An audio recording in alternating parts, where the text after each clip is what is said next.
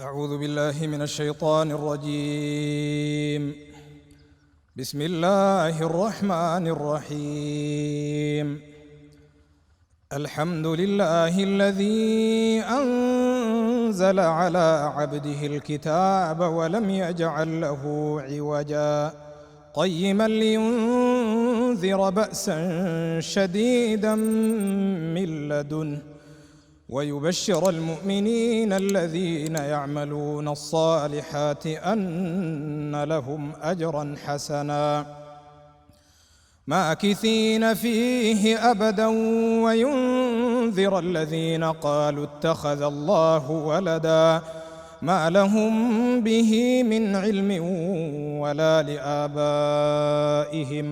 كبرت كلمة تخرج من أفواههم إن يقولون إلا كذبا فلعلك باخع نفسك على آثارهم إن لم يؤمنوا بهذا الحديث أسفا إنا جعلنا ما على الأرض زينة لها لنبلوهم أيهم أحسن عملا وإنا لجاعلون ما عليها صعيدا جرزا أم حسبت أن أصحاب الكهف والرقيم كانوا من آياتنا عجبا إذ أوى الفتية إلى الكهف فقالوا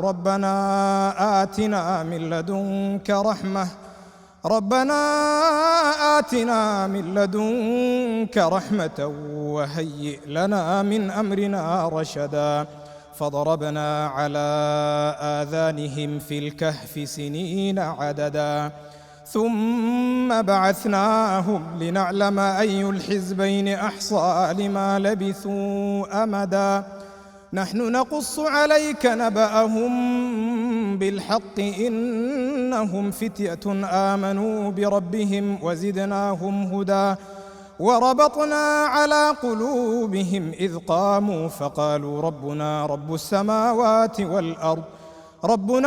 السماوات والأرض لن ندعو من دونه إلها لقد قلنا إذا شططا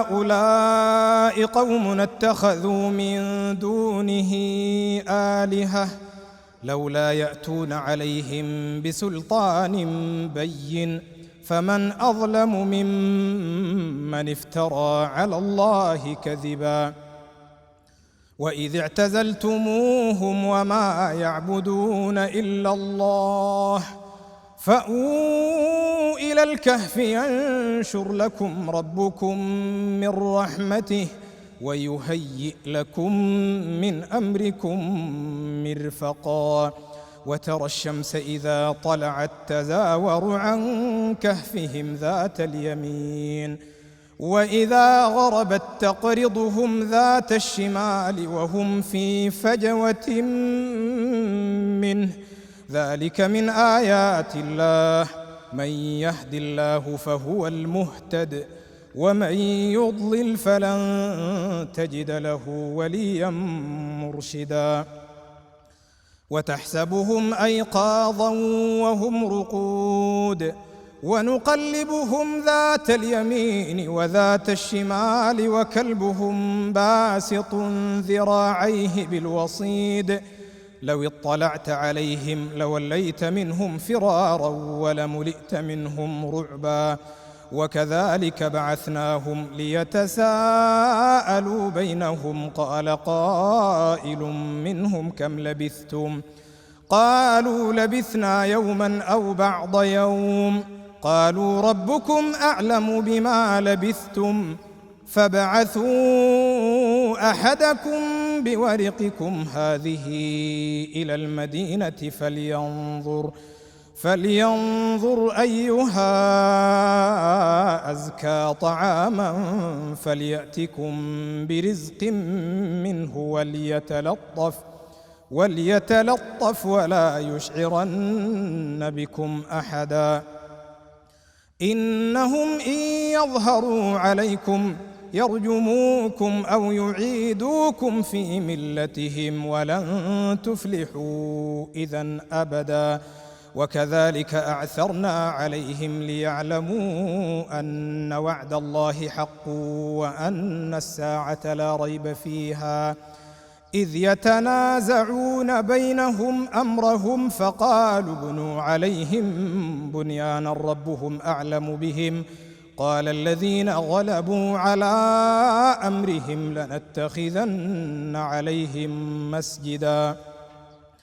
سيقولون 3 رابعهم كلبهم ويقولون 5 سادسهم كلبهم رجما بالغيب ويقولون 7 وثامنهم كلبهم قل ربي أعلم بعدتهم ما يعلمهم إلا قليل فلا تمار فيهم إلا مراء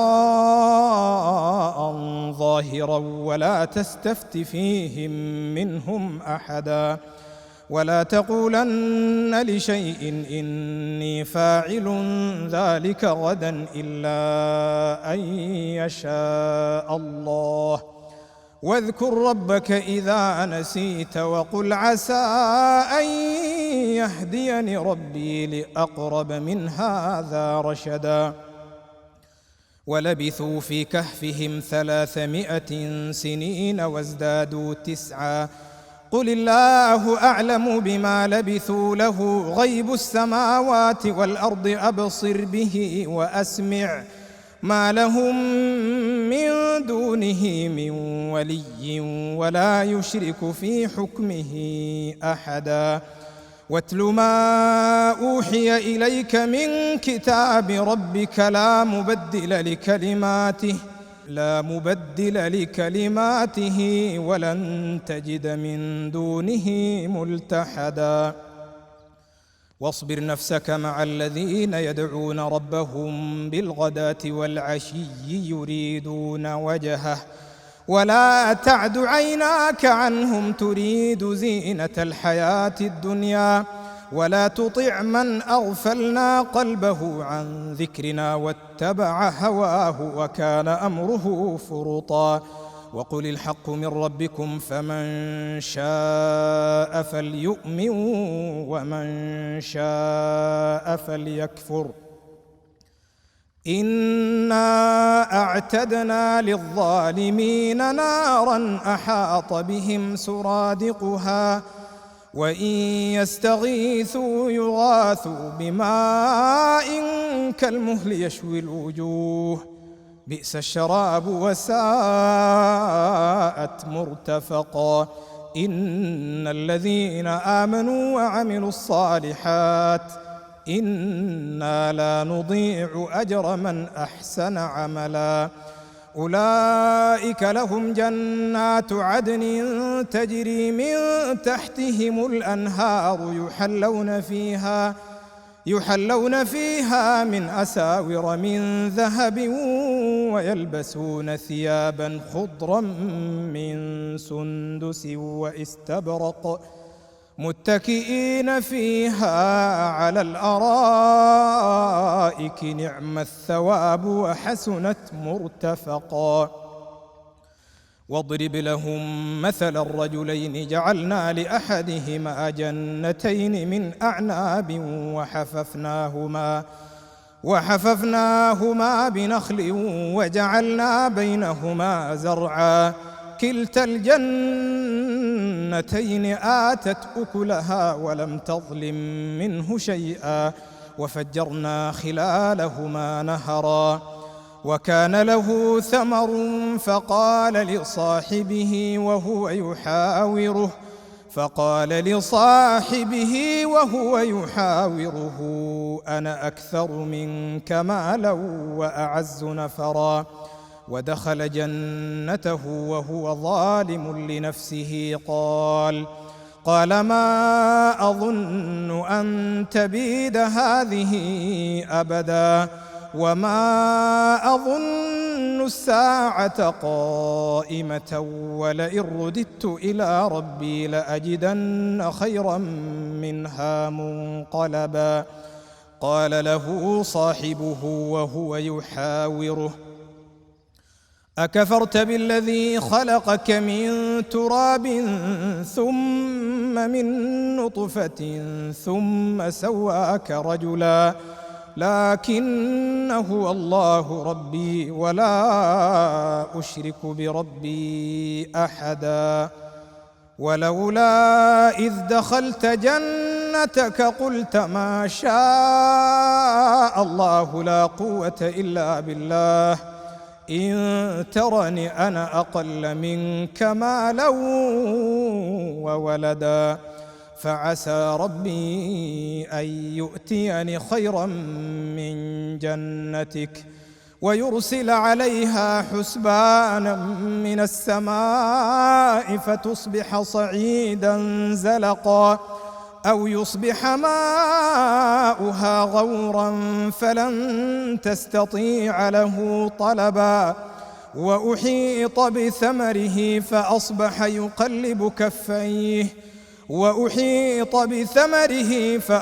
يقلب كفيه على ما أنفق فيها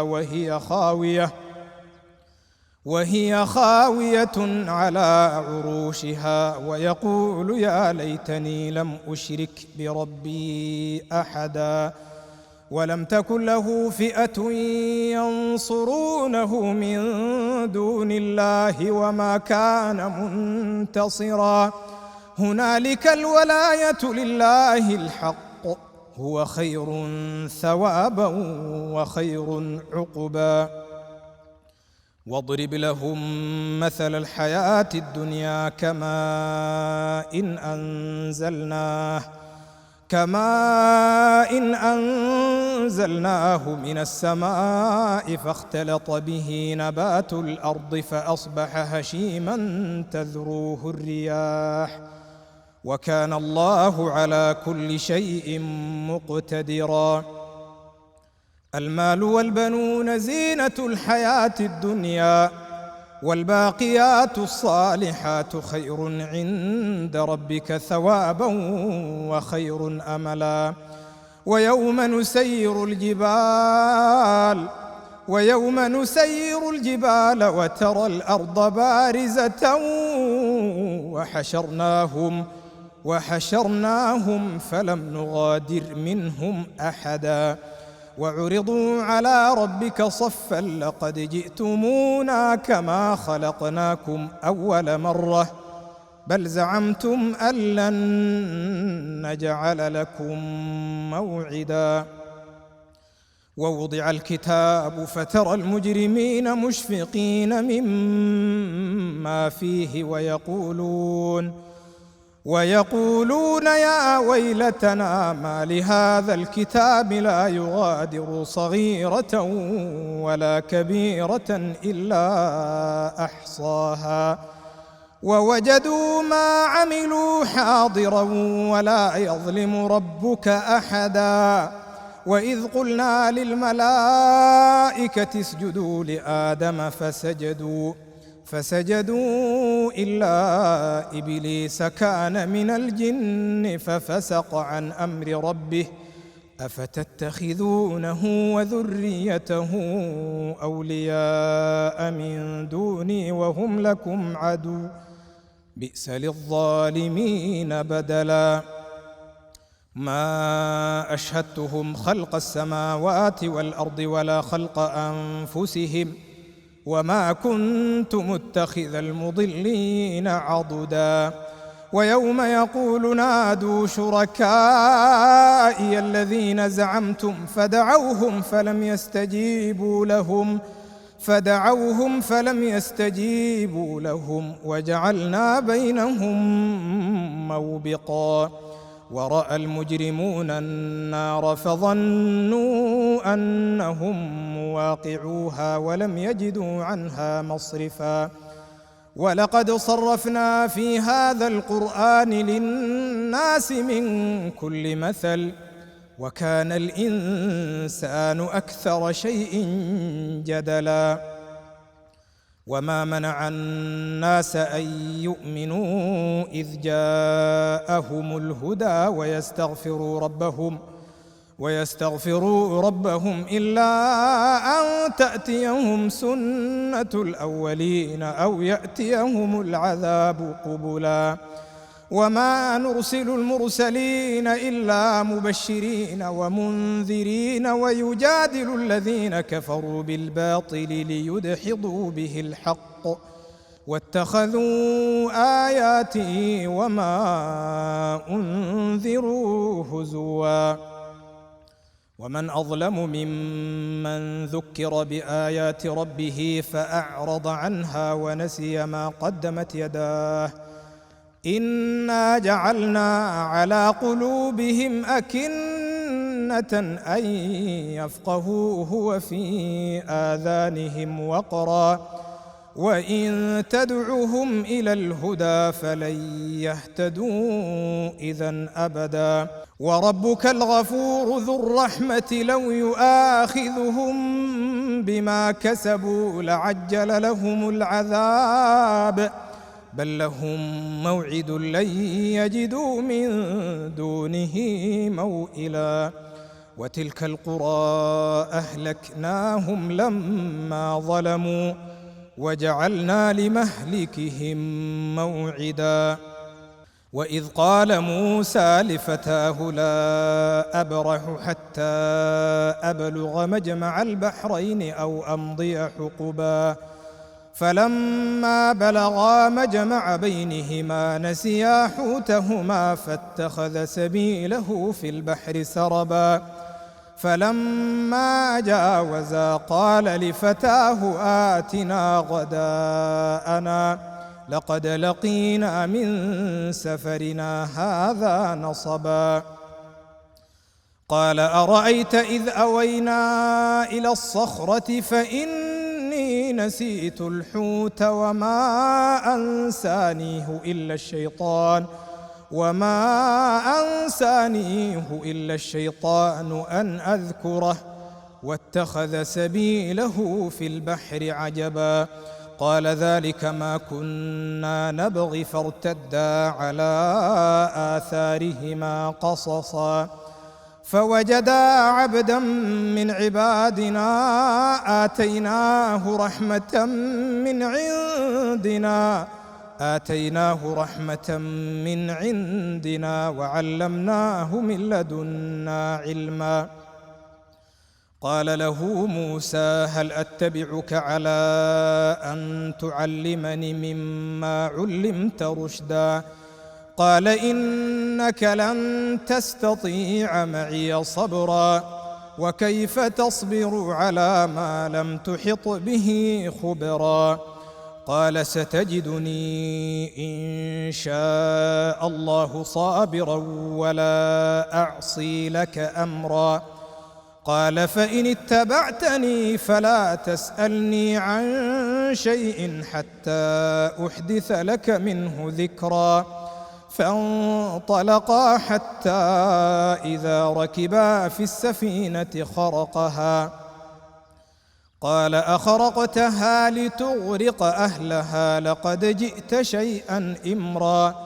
قال ألم أقل إنك لن تستطيع معي صبرا قال لا تؤاخذني بما نسيت ولا ترهقني من أمري عسرا فانطلقا حتى إذا لقيا غلاما فقتله قال أقتلت نفسا زكية بغير نفس لقد جئت شيئا نكرا قال ألم أقل لك إنك لن تستطيع معي صبرا قال إن سألتك عن شيء بعدها فلا تصاحبني قد بلغت من لدني عذرا فانطلقا حتى إذا أتيا أهل قرية استطعما أهلها فأبوا أن يضيفوهما فوجدا فيها جدارا يريد أن ينقض فأقامه. قال لو شئت لاتخذت عليه أجرا. قال هذا فراق بيني وبينك، سأنبئك بتأويل ما لم تستطع عليه صبرا. أما السفينة فكانت لمساكين يعملون في البحر فأردت أن أعيبها وكان وراءهم ملك يأخذ كل سفينة غصبا. وأما الغلام فكان أبواه مؤمنين فخشينا أن يرهقهما طغيانا وكفرا، فأردنا أن يبدلهما ربهما خيرا منه زكاة وأقرب رحما. وأما الجدار فكان لغلامين يتيمين في المدينة وكان تحته كنز لهما وكان أبوهما صالحا، فأراد ربك أن يبلغا أشدهما ويستخرجا كنزهما رحمة من ربك، وما فعلته عن أمري، ذلك تأويل ما لم تسطع عليه صبرا. ويسألونك عن ذي القرنين قل سأتلو عليكم منه ذكرا. إنا مكنا له في الأرض وآتيناه من كل شيء سببا. فأتبع سببا حتى إذا بلغ مغرب الشمس وجدها تغرب في عين حمئة ووجد عندها قوما. قلنا يا ذا القرنين إما أن تعذب وإما أن تتخذ فيهم حسنا. قال أما من ظلم فسوف نعذبه ثم يرد إلى ربه فيعذبه عذابا نكرا. وأما من آمن وعمل صالحا فله جزاء الحسنى وسنقول له من أمرنا يسرا. ثم أتبع سببا حتى إذا بلغ مطلع الشمس وجدها تطلع على قوم لم نجعل لهم من دونها سترا. كذلك وقد أحطنا بما لديه خبرا. ثم أتبع سببا حتى إذا بلغ بين السدين وجد من دونهما قوما لا يكادون يفقهون قولا. قالوا يا ذا القرنين إن يأجوج ومأجوج مفسدون في الأرض فهل نجعل لك خرجا على أن تجعل بيننا وبينهم سدا. قال ما مكني فيه ربي خير فأعينوني بقوة أجعل بينكم وبينهم ردما. آتوني زبر الحديد حتى إذا ساوى بين الصدفين قال انفخوا حتى إذا جعله نارا قال آتوني أفرغ عليه قطرا. فما استطاعوا أن يظهروه وما استطاعوا له نقبا. قال هذا رحمة من ربي فإذا جاء وعد ربي جعله دكاء وكان وعد ربي حقا. وتركنا بعضهم يومئذ يموج في بعض ونفخ في الصور فجمعناهم جمعا وعرضنا جهنم يومئذ للكافرين عرضا. الذين كانت أعينهم في غطاء عن ذكري وكانوا لا يستطيعون سمعا. أفحسب الذين كفروا أن يتخذوا عبادي من دوني أولياء إنا أعتدنا جهنم للكافرين نزلا قل هل ننبئكم بالأخسرين أعمالا الذين ضل سعيهم في الحياة الدنيا وهم يحسبون أنهم يحسنون صنعا أولئك الذين كفروا بآيات ربهم ولقائه فحبطت أعمالهم فلا نقيم لهم يوم القيامة وزنا ذلك جزاؤهم جهنم بما كفروا واتخذوا آياتي ورسلي هزوا إن الذين آمنوا وعملوا الصالحات كانت لهم جنات الفردوس نزلا خالدين فيها لا يبغون عنها حولا قل لو كان البحر مدادا لكلمات ربي لنفد البحر قبل أن تنفد كلمات ربي ولو جئنا بمثله مددا قل إنما أنا بشر مثلكم يوحى إلي أنما إلهكم إله واحد فمن كان يرجو لقاء ربه فليعمل عملا صالحا ولا يشرك بعبادة ربه أحدا صدق الله العظيم.